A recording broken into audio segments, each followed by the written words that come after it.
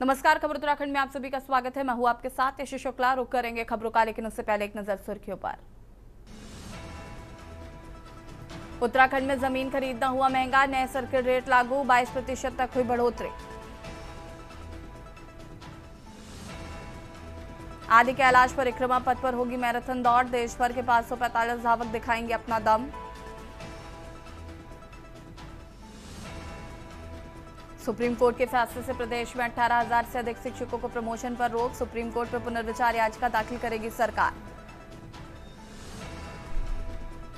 कांग्रेस ने उत्तराखंड स्वास्थ्य विभाग पर लगाए संगीन आरोप, कहा उपकरण खरीद में हुआ करोड़ों रुपए का घोटाला। यूके SSSC सहकारी निरीक्षक परीक्षा में 5 फर्जीवाड़ा कर फॉर्म भरने वाला गिरफ्तार, 3 जिलों से किया आवेदन। हिमालय क्षेत्रों में ट्रैकिंग व निर्माण कार्य पर 2 दिन की रोक, मौसम विभाग ने जारी किया अलर्ट। आप देख रहे हैं के न्यूज, खबरों का सारथी। देहरादून से खबर आपको बता देते हैं, जहां पर उत्तराखंड में नए सर्किल रेट लागू, 22% तक बढ़ोतरी, अब महंगा होगा जमीन खरीदना। आपको बता दें कि सरकार का राजस्व बढ़ने की संभावना तेज, 2 साल पहले भी बढ़े थे सर्किल रेट। उत्तराखंड में नए सर्किल रेट जारी, 22% तक बढ़ोतरी, अब महंगा होगा जमीन खरीदना, सरकार का राजस्व बढ़ने की संभावना तेज, 2 साल पहले भी बढ़े थे सर्किल रेट।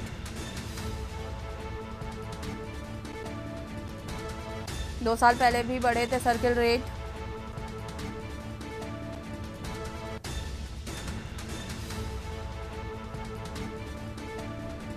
बाईस प्रतिशत तक बढ़ोतरी, अब महंगा होगा जमीन खरीदना।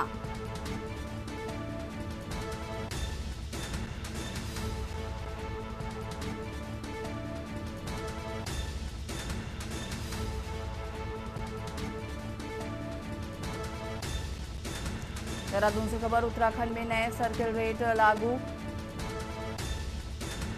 22% तक बढ़ोतरी, अब महंगा होगा जमीन खरीदना, सरकार का राजस्व बढ़ने की संभावना तेज।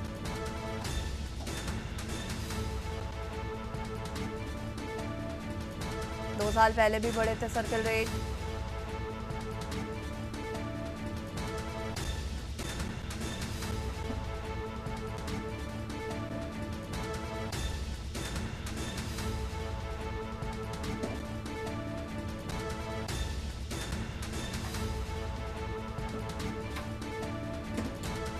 दो साल पहले भी बढ़े थे सर्किल रेट।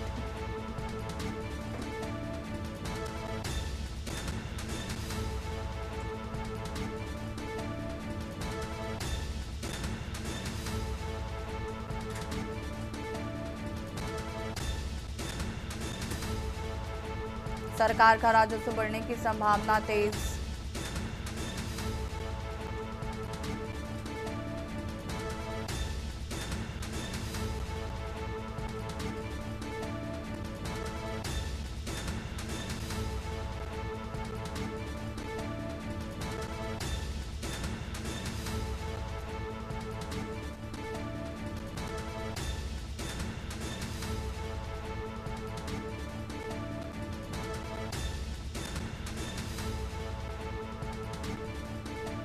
देहरादून से खबर, उत्तराखंड में नए सर्किल रेट लागू,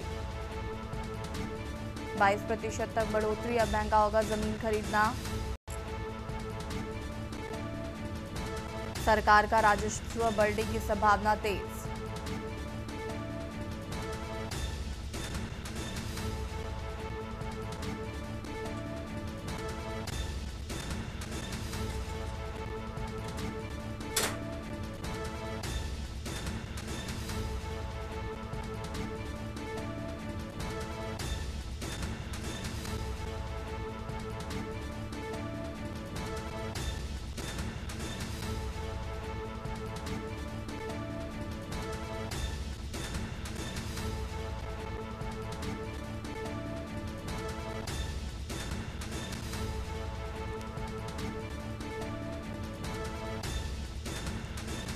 और ऐसी खबर पर ज्यादा जानकारी के लिए ब्यूरो चीफ राजेश वर्मा जी हमारे साथ जुड़ चुके हैं। राजेश जी, क्या कुछ जानकारी है?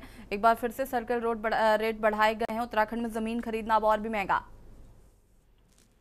बिल्कुल, देखिए यशी अभी तक जो है उत्तराखंड में बाहरी लोगों के लिए प्रतिबंध था कि वो जो जमीन है वो नहीं खरीद पाएंगे कुछ मानकों के द्वारा, लेकिन अब कहीं ना कहीं जो जमीन के जो सर्कल रेट है वो पूरे प्रदेश भर के बढ़ा दिए गए हैं, जिसमें अगर हम बात करते हैं तो लगभग 22% जो है इसमें वृद्धि की गई है। जो भी सर्कल रेट लोकेशन के हिसाब से जहां जहां पर थे उनमें सभी में 22% का इजाफा जो है वो सरकार को देना होगा जब भी इसमें खरीद फरोख्त होगी।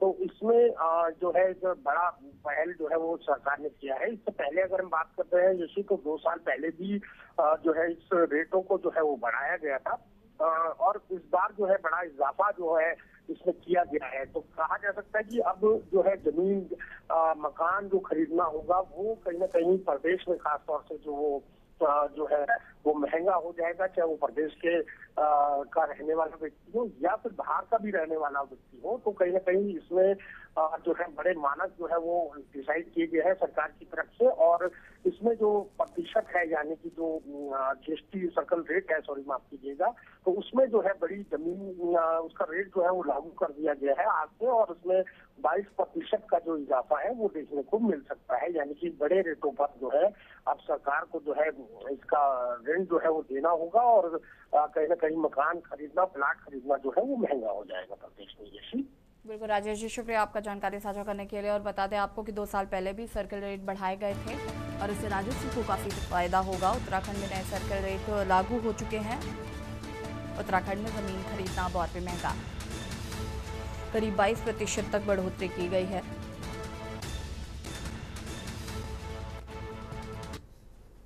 डोईवाला से खबर आपको बता देते हैं, जहां पर दुदली क्षेत्र में गुलदार का आतंक। समलास क्रांड गांव में ग्रामीण पर गुलदार का हमला, ग्रामीण रोशन लाल हुआ घायल।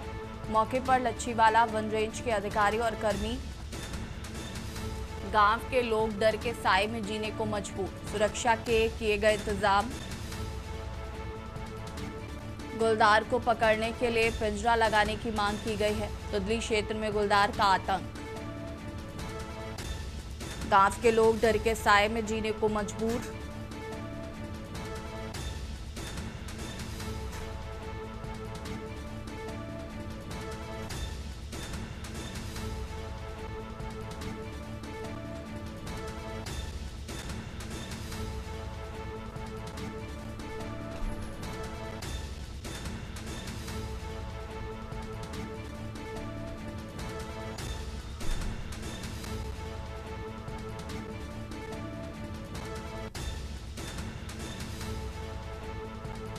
ग्रामीण रोशन लाल हुआ घायल। मौके पर लच्छीवाला वन रेंज के अधिकारी और कर्मी।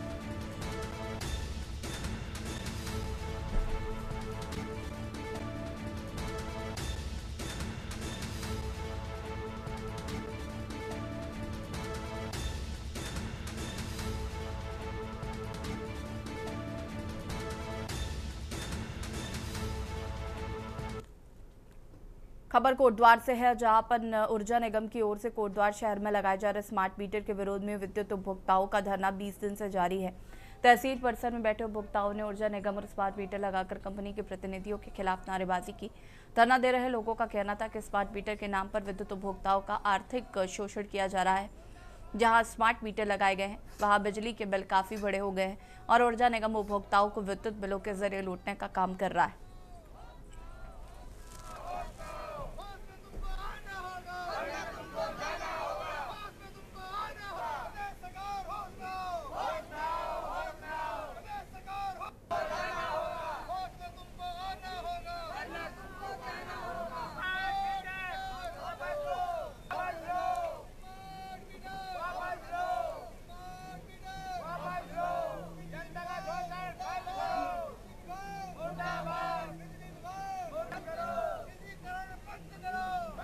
प्रदर्शन स्मार्ट मीटर के विरोध में चल रहा है। आज 19वां दिन है और जनता बहुत त्रस्त है स्मार्ट मीटरों से। जिन लोगों का 500, 600 या 1200 से ऊपर किसी का बिल नहीं आता था, आज वो 12,000 चला जा रहा है। तो लोग बहुत दुखी हैं, बहुत परेशान हैं। जनता बिना पूछे ये स्मार्ट मीटर लगाए जा रहे हैं, थोपे जा रहे हैं जनता के ऊपर, उनको डराया जा रहा है कि आपके ऊपर मुकदमा हो जाएगा, आपको बंद कर दिया जाएगा, ये डीएम के आदेश हैं, शासन के आदेश हैं। जब इन लोगों से पूछा गया तो इन लोगों के पास किसी भी प्रकार का कोई भी लिखित पत्र इनके पास नहीं है। उसमें उन्होंने कहा कि अगर मीटर नहीं लगाओगे तो इसमें जुर्माना भी पड़ सकता है, और हमारा तो जो पहले वाला मीटर तो सही था, उसकी ज़रूरत भी नहीं थी स्मार्ट मीटर की। तो क्या कुछ रहा आपके यहाँ लगा क्या मीटर लगा हुआ, उसमें बिल बढ़ के आ रहा है बहुत ज़्यादा। कितना आ रहा है? उसमें जो है 500, 700, 1000 तक बढ़ के आ रहा है बिल। तो उसकी शिकायत आपने कहाँ? हमने यहाँ पे एचडीएम साहब को भी दिया, तो एचडीएम साहब ने कहा मीटर तो लगेंगे। हमने कहा सर मीटर लगेगी, टेक्नोलॉजी आती है, मगर ये नहीं कि टेक्नोलॉजी खपत से ज़्यादा बिल आ रहा है उसमें। हमने कहा स्मार्ट मीटर का हम पूरा विरोध करेंगे। उस लगभग हम 18-19 दिन से यहाँ तहसील में इस विषय में धरना दे रहे हैं। विकासनगर अंतर्गत बल्लभपुर पाउटा निर्माणाधीन 4 लेन हाईवे पर सोमवार सुबह करीब 5 बजे एक कार अचानक अनियंत्रित होकर पलट गई।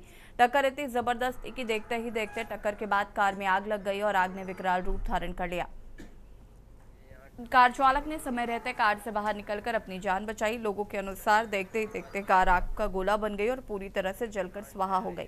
जानकारी के मुताबिक कार सवार व्यक्ति देहरादून से हरबटपुर की ओर जा रहा था। वह गंगो सहारनपुर का निवासी बताया जा रहा है।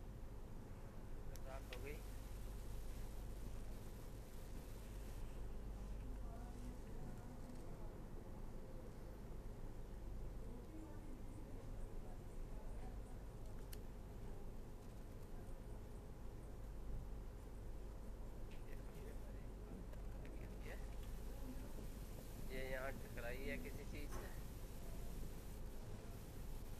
छोटी माजरी के सामने जो प्लांट है हाईवे वालों का, जबरदस्त आ गया इस गाड़ी में। मुझे नहीं लगता कोई इसमें बचा है। खबर हल्द्वानी से है, जहां पर सारथी सहयोग समिति द्वारा रंगारंग डांडिया और करवा चौथ क्वीन का भव्य आयोजन किया गया। कार्यक्रम की शुरुआत पारंपरिक रीति रिवाजों के साथ हुई, जहां महिलाओं ने खूबसूरत पारंपरिक परिधानों में डांडिया की शानदार प्रस्तुतियां दी। करवा चौथ क्वीन का ताज निकिता भट्ट के सर पर सजा, जबकि डांडिया क्वीन बनी पूजा पंत। इस मौके पर निर्मला जोशी और कविता बेलवाल ने अपने मधुर गीतों से माहौल को और सुरमय बना दिया। पूरे कार्यक्रम में महिलाओं ने कुमाऊनी गीतों और बॉलीवुड डांडिया धुनों पर जमकर थिरकते हुए संस्कृति और उत्सव का संगम पेश किया।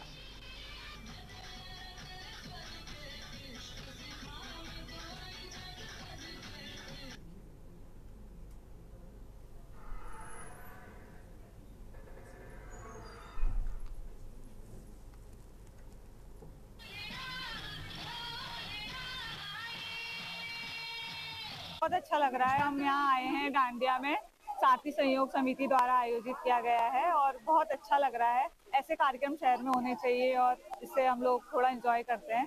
बहुत अच्छा लग रहा है। नाम है आपका? पूजा जोशी नाम है। काफी दिनों से जरूर होने चाहिए।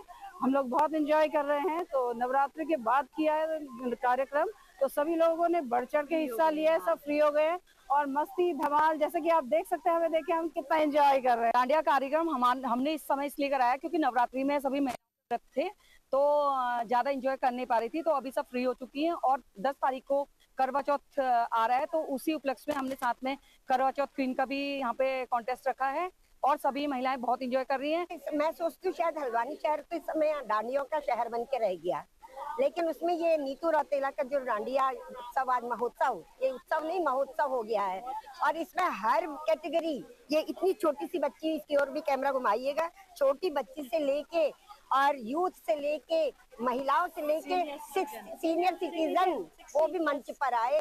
बहुत बढ़िया, बहुत मजा आ रहा है और हमारा डांडिया के साथ साथ करवा चौथ का कार्यक्रम भी है, क्योंकि करवा चौथ 10 तारीख को है, तो हमने सोचा कि करवा चौथ का कार्यक्रम के साथ साथ डांडिया भी करते हैं और महिलाएं बहुत खुश हैं, सबको एंजॉय करने के मिल रहा है और महिला एकता जिंदाबाद है और महिलाएं हर जगह पे फोकस में रहती हैं। आपको जैसे कि बताया, महिला एकता जिंदाबाद जिंदाबाद। खबर ऋषिकेश से है, जहां पर साउथ के सुपरस्टार रजनीकांत अपने अभिनय प्रोजेक्ट से दूर होकर अपने करीबी दोस्तों के साथ हिमालय की आध्यात्मिक यात्रा पर निकल पड़े हैं। पहाड़ों में बिताए उनके समय की तस्वीरें सोशल मीडिया पर सामने आई है। आश्रम के अनुसार रजनीकांत द्वाराहाट और बद्रीनाथ धाम के दर्शन करेंगे।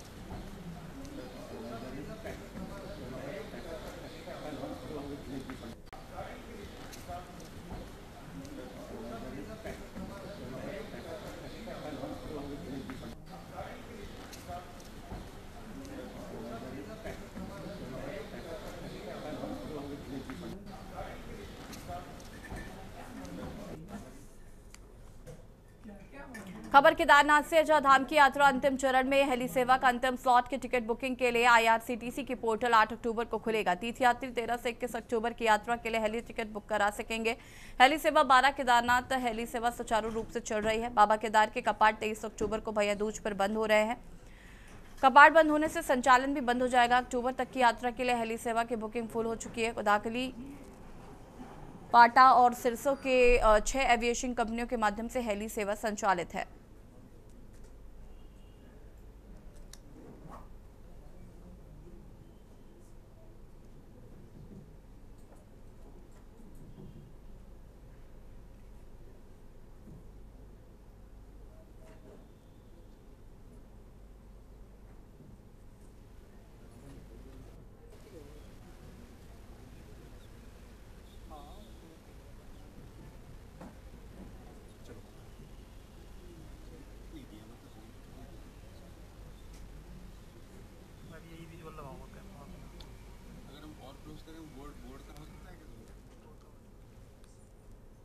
खबर हल्द्वानी से, जहां उत्तराखंड मुक्त विश्वविद्यालय पहुंचे राज्य के उच्च शिक्षा मंत्री धन सिंह रावत ने कर्मचारियों के लिए बनाए सरकारी आवास का लोकार्पण किया।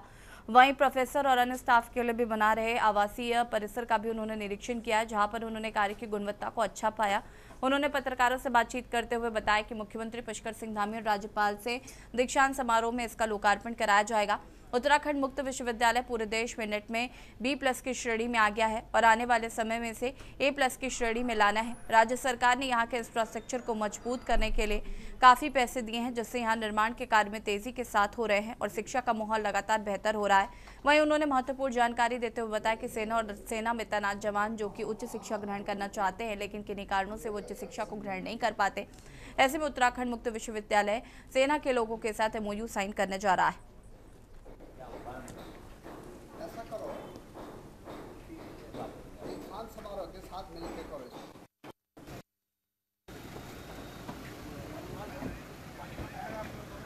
विश्वविद्यालय है, ये पूरे देश में अब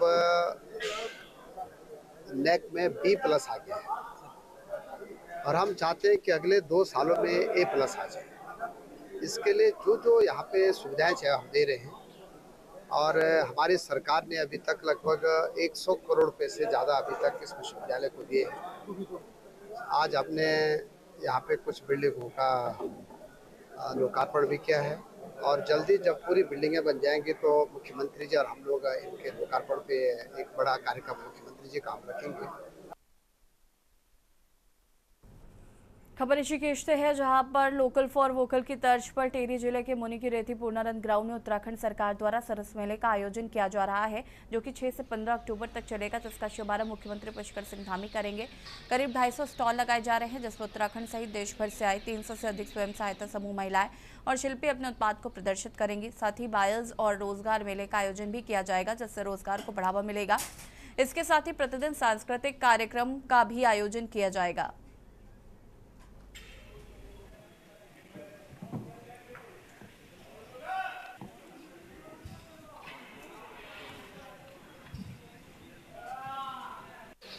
मुख्यमंत्री जी आ रहे हैं, उसके अलावा हमारे ग्राम विकास के मंत्री जी गणेश जोशी जी और हमारे स्थानीय विधायक जो कि हमारे वन मंत्री जी भी हैं सुबोध उनियाल जी, उनके द्वारा भी यहाँ पे उपस्थिति दी जा रही है। उसके अलावा टिहरी क्षेत्र के समस्त विधायक भी यहाँ पे उपस्थित होंगे और हमारे सारे नगर पालिका अध्यक्ष और ब्लॉक प्रमुख भी सरस मेले के इनॉग्रेशन में प्रतिभाग कर रहे हैं।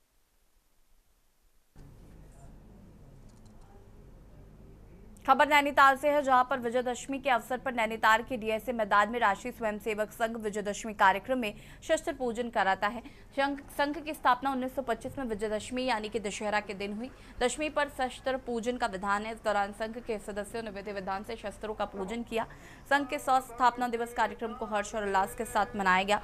समारोह के दौरान शस्त्रों की विधिवत पूजा के पश्चात पथ संचलन के साथ ही देश की अखंडता व सुरक्षा के लिए प्रार्थना की। परम पौरुष की पता